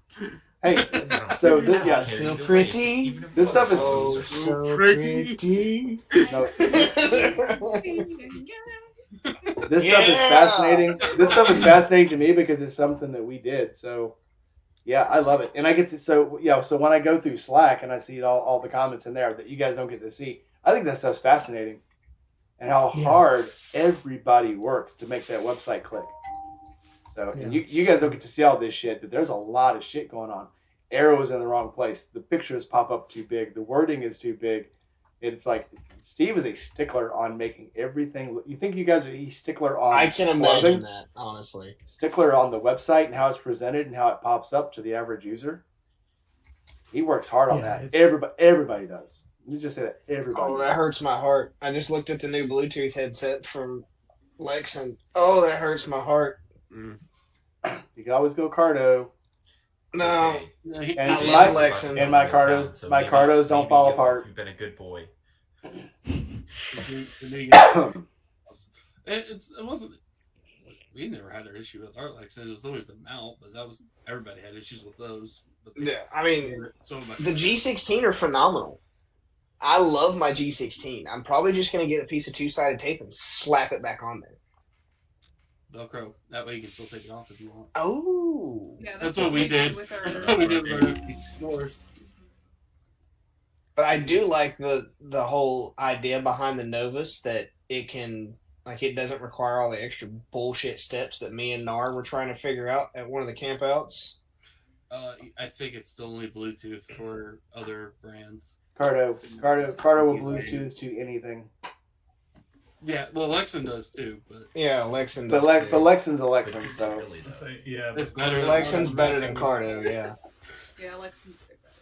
So Carter has very recently came out with an update for specific devices. And, I think we can all agree that Lexan and Cardo are still both better than Senna. Oh, 100%. Yeah. Senna's a piece of garbage, and I don't also have I've no only idea. had Cardo. I don't have a skin in that fight. I've not tried the other two. My Cardos, Lexan's phenomenal. my Cardos have lasted. My first Cardo lasted 7 years. My next one, and I only stopped using it because it stopped syncing with the phone I had. I got a new phone; it wouldn't sync with it. But the Cardo was 7 years old.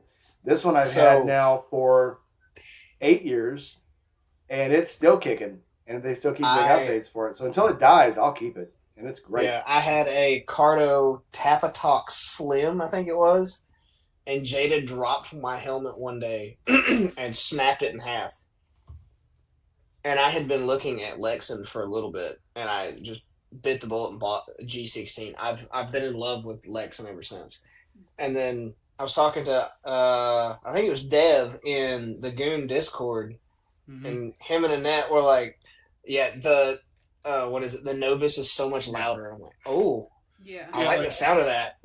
She's working on editing our unboxing video. Almost done with it. Yeah. Should have it ready for Monday night. We didn't have it plugged in all the way, and one speaker was louder than the FT4 Pro. Oh, Chasing Ghost is out.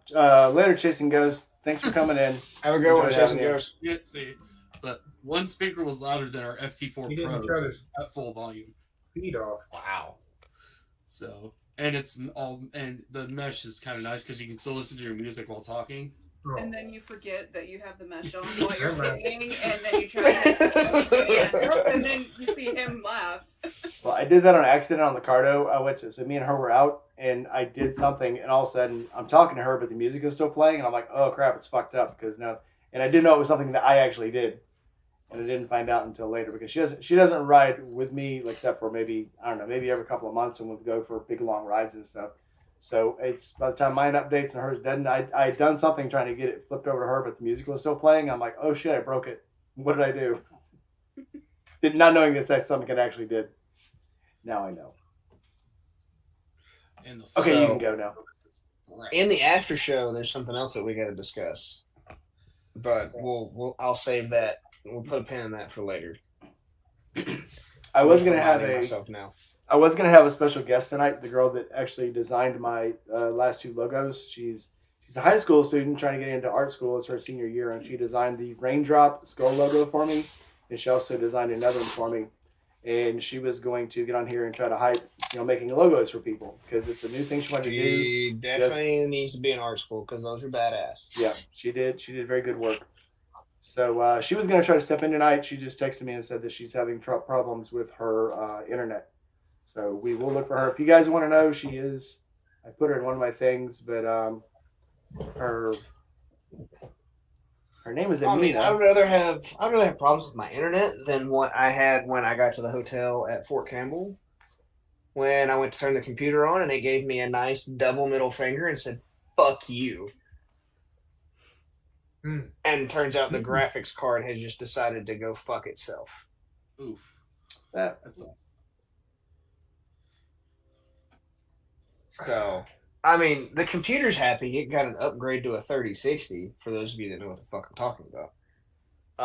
But it still doesn't play Starfield for shit, so I returned Starfield. What's a Starfield? I'm just kidding. I'm kidding.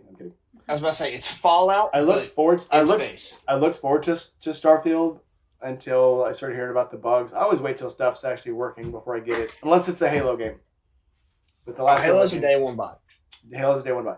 But so Skyrim I bought I think the first day, and then Fallout 4 I got the first day. Everything else. Okay, which time? Skyrim original or one of the 20 re-releases? The original. I've been playing Skyrim now. The funny thing about Skyrim and Fallout 2 is you keep finding new missions that they just kind of keep slipping in.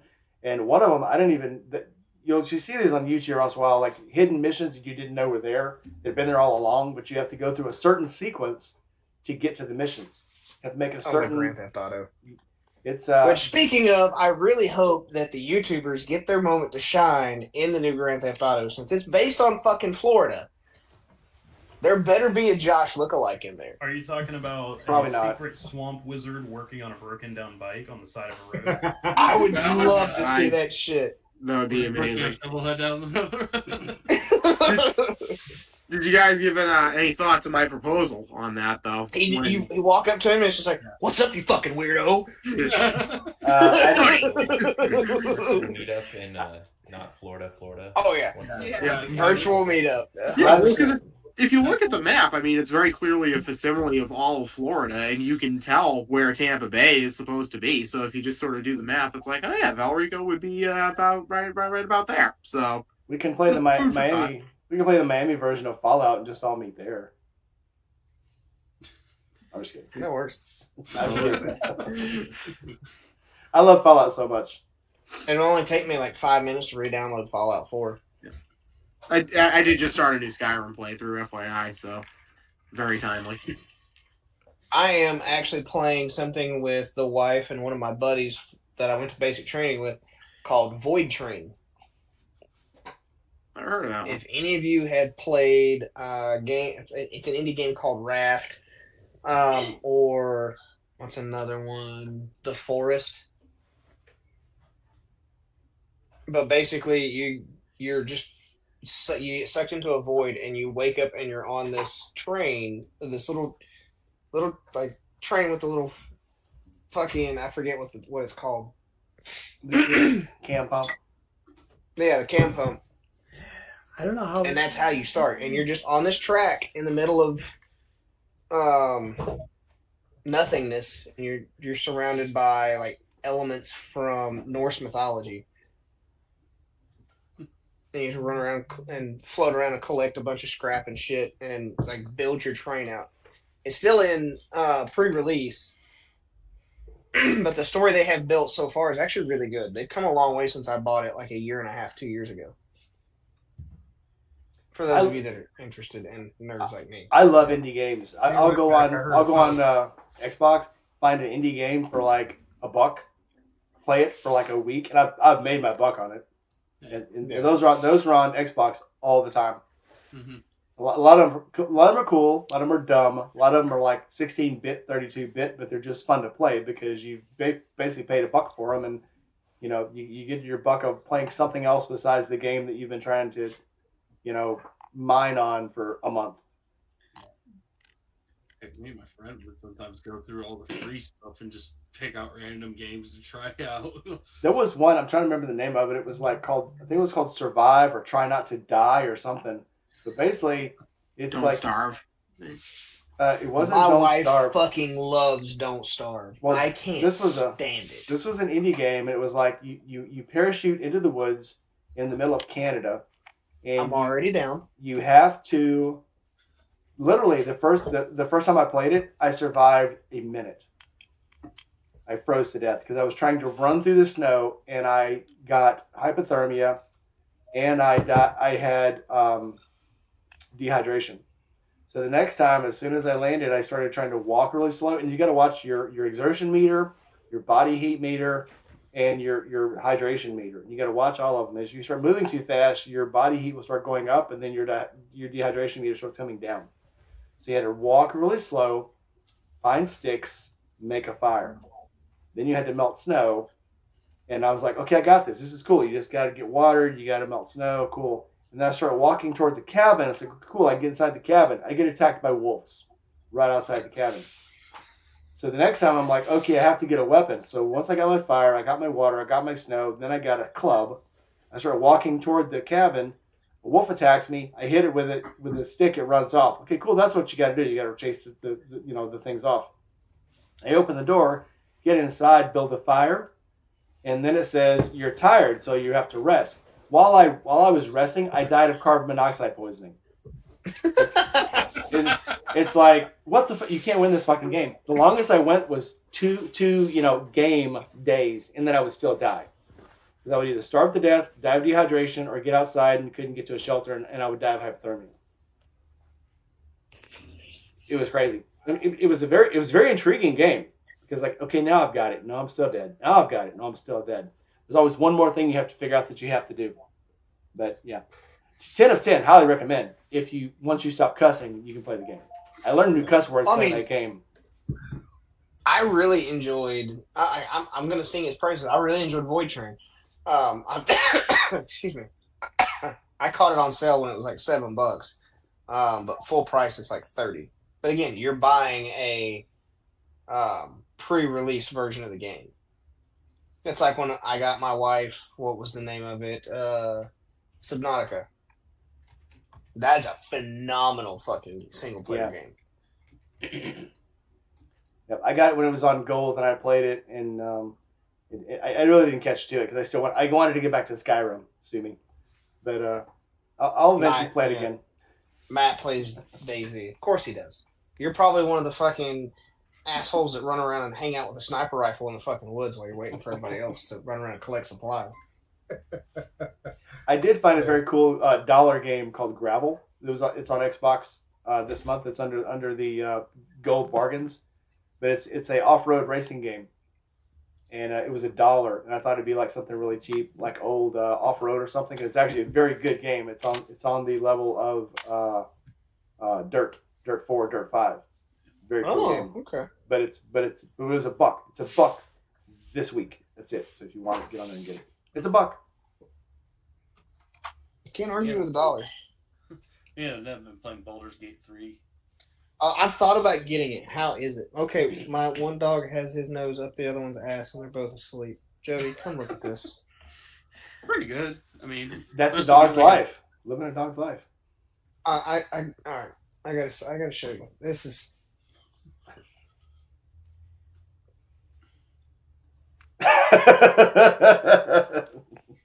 Oh, it goes there with camera.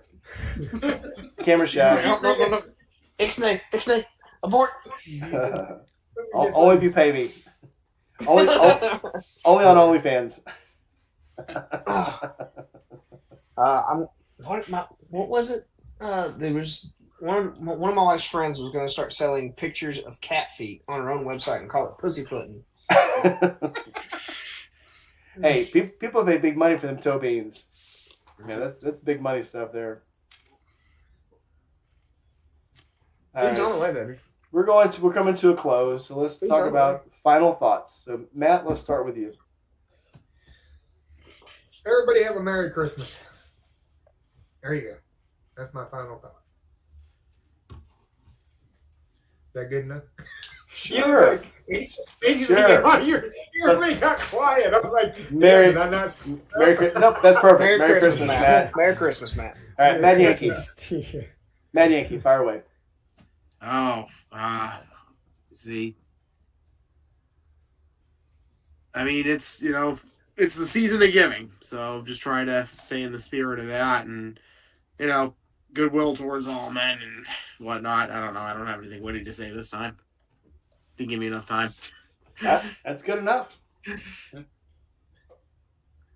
Devin. All right. Just everybody have a good time. Enjoy yourselves. Try not to do anything too stupid, like I almost did today. Yeah, I would have fun. I would have been very mad at you if you had missed this. So I messaged him back and I was like, if you die before the live stream, I'm gonna be very upset. Yeah, I did die, so it's okay. But go fast, don't die. Yeah. So, but yeah, everybody have a good time. Enjoy your life while you can. So hit tree, don't die. Yeah. All right, Aaron, what you got for us? For those of us that are still riding, be smart, make good choices, because in the north, it's been pretty mild so far, but I'm starting to see ice at work when I go in, so if you're going to go out and ride, just make sure you know what's out there. Mm-hmm. Also, deer season. They're going to be on the move. Shift down, throttle full. That's what we do it. I got rid of one for you. Tuck. Don't forget to tuck. All right, Juice. Oh yeah. Matt's got it. Yeah. Machete forward. It goes over your head. Go, Juice. We were talking about weather. So, my feelings on weather, sometimes maybe good, sometimes maybe shit. Dress accordingly. Just accordingly. Juice out. Thank you, Juice. Oh, always good advice from Juice. Goon. Well, nobody said it yet. So be a decent human being and be good to each other. And I mean, it's really all that needs to be said. Somebody needs help. Help them within your means, of course. Mm-hmm. Good enough. Thanks, Goon. Steve. I would say take the time to enjoy the holidays. I don't think that a lot of us necessarily do. And realize that you don't have as many as you think left. So kind of keep it top of mind and stay present and just try to enjoy it. I know that I'm gonna try to do that this year. Take some time off and not think about the company and stuff like that. Of course, I'm going to be thinking about the company, but just kind of enjoy other things and enjoy the time with whoever you're with. That would be me. Thanks, Steve. Annette. No problem. Closing thoughts. Final thoughts. Sprung it on her at the Surprise last minute. Pikachu. What were we talking about? Final thoughts. We're done. You missed it. You had to go take your nap. Final thoughts. What do you got for us? Well, I was in the restroom, but anyway, that's not important.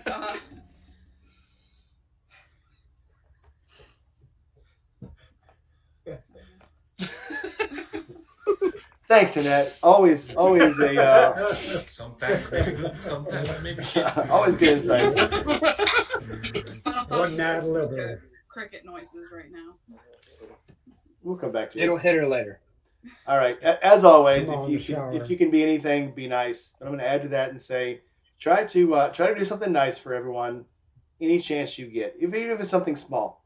It's buying someone a Coke, paying for someone's coffee at the gas station, and I like coffee.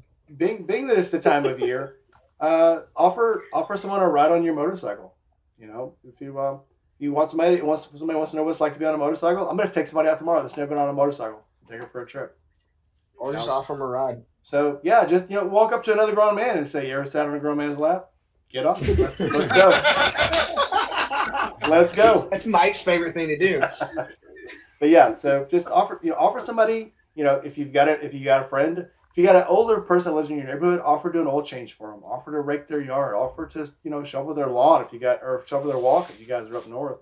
Do something nice for someone that no one thinks about normally doing. And just you be a decent human being. Like I'm echoing half of you here, but be a decent human being. If the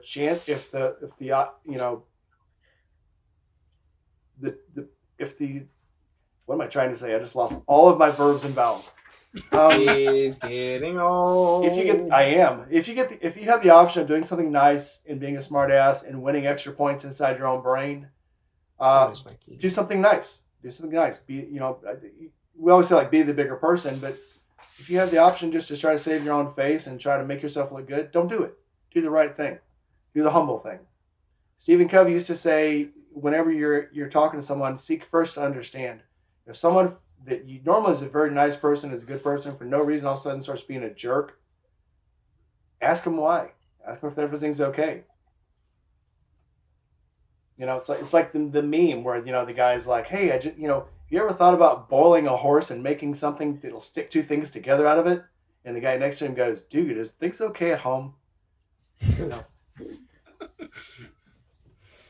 But on that note, we're gonna go back to Annette. Would I get a better response if I asked the cat for final thoughts? I'm just Hold a cat. Don't be a jerk like him. The cat's final thoughts is, can we go to bed now? You guys got to work tomorrow? I guess I'll kind of piggyback off of you about being a kind person and whatnot. Like, also support your friends. Like, if they've got a small business, you know, like, or if they're trying to get started, you know, be supportive of that. So. And on that, we will say thanks everyone for coming.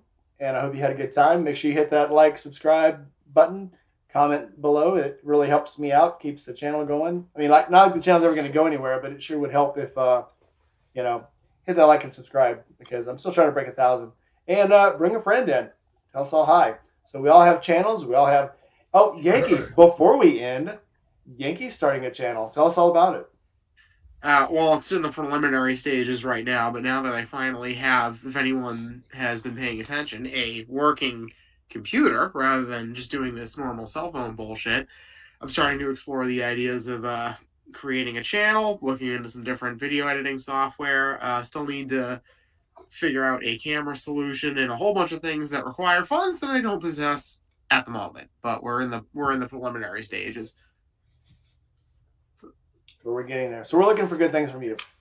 All right. So what are you gonna do? So obviously you'll be doing fishing and hunting on the channel. You can do some motorcycle stuff too. It's gonna be an all around.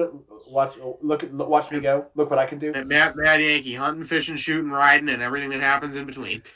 Giggity? I'm in there. I would watch that. I watch it.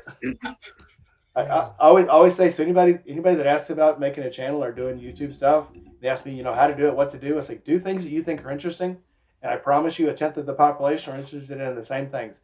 It may take them a while, it may take them a few years to get to your channel and see that you're the person that echoes what they believe in and what they like to do, but they'll come. So do what you like. Don't do the things that you think other people are gonna like. Do the things that you like, because there's enough people out there that are like you that will watch your program if you put it on there. And can I just get one thing out of the way real quick? Yeah. Nothing I do should ever be taken as instruction. Let's just make that solid right now. If I prove anything, it's that if this freaking dumbass can do it and not die, you can do it too. Well, I think that I was trying to talk earlier, but of course, Goon interrupted me. That Mike seems to have like he knows everything about everything. Like when you were talking about the thing Campo? with the trick. Yeah, it's like, how the fuck do you know that? It's called a trolley And, car. like, The movement. Yeah, The mechanism is like, called a no, ratchet. but like, it's like it's.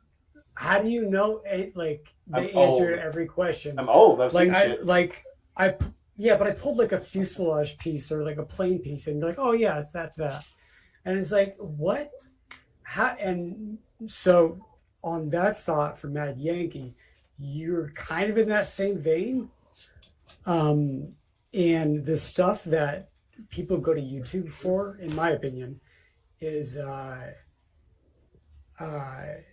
is actually instructional stuff. So like if I wanted to get into hunting, you know, I live in LA, you can't, you know, you have to drive 100 miles to get into hunting. But if you've been doing it a long time, like simple stuff, things that you would think are stupid or like really, really obvious, a lot of people want to know just how to get started. Like, okay, like, don't assume that everybody knows everything about this, because there are people who want to learn new hobbies, and that's the kind of stuff that gets a lot of traction, in my opinion. Things that might feel like common knowledge for a lot of you is probably not common knowledge to everybody else who's actually looking to get started. So, like hunting, like I don't really know a whole lot about it because I live in California. Yeah, you got a different kind of hunting there in California. Yeah, I would love to help you out, but unfortunately, very little of what I do is going to translate over. So, but I can show you what I do and how I do it, and leave it at that. Well, I mean, like I don't mean to like. I mean, there's laws in every state, but you know, just basic information, I think, can that can be applied to wherever you are. And who's to say that that person, I'm in California, but I have frequent flyer miles. I have, I can fly places and I can drive places. And I told you where I live. You can come out and visit anytime you like. So. Yeah, so it's. I'm going to the range tomorrow. Oh yeah.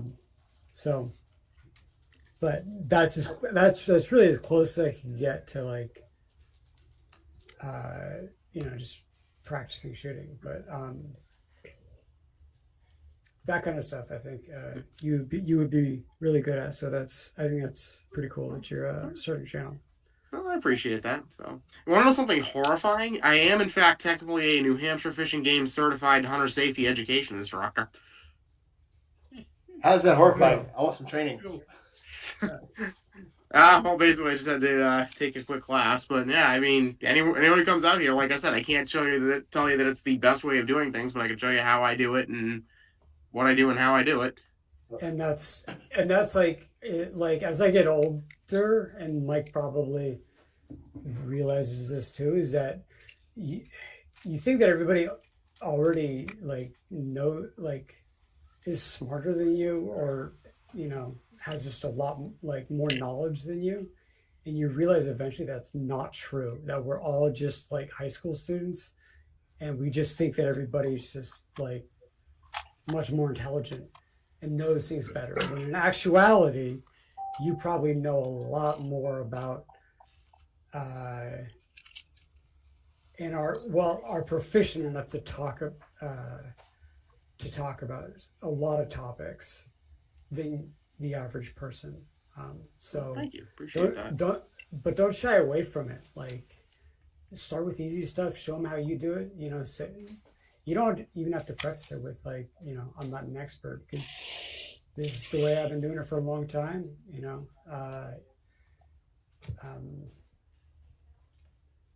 I think that would be kind of cool. So there's an old scat joke about for seer training. Is they're talking about telling the difference between black bear scat and brown bear scat, and somebody in the class says, "Well, I'm never going to hunt black bears or brown bears," and the instructor goes, "No, that's not for you to hunt them. That's to tell which one is hunting you." Yeah, exactly. I wish they'd hunt me. That would be entertaining. But no, they're kind of pushovers actually. Oh, black bears, yeah. Yeah, the ones around here are. Yeah. So we're going to retire to the after show. I'm glad everyone came. Glad everybody had a good time. And we're going to probably do this again in another couple weeks. We'll do this as long as Goon is going to take this over eventually. Maybe. We'll talk about it. We'll talk about it in the after show. All right, everybody. Thanks for coming. And again, look us all up, and do something nice for your fellow man. Mike is muted. Yeah, we'll have that discussion. No worries. All right, guys. We'll talk to you also. Have a good evening and a weekend. And Merry Christmas. Bye. Merry Christmas. Bye, everyone.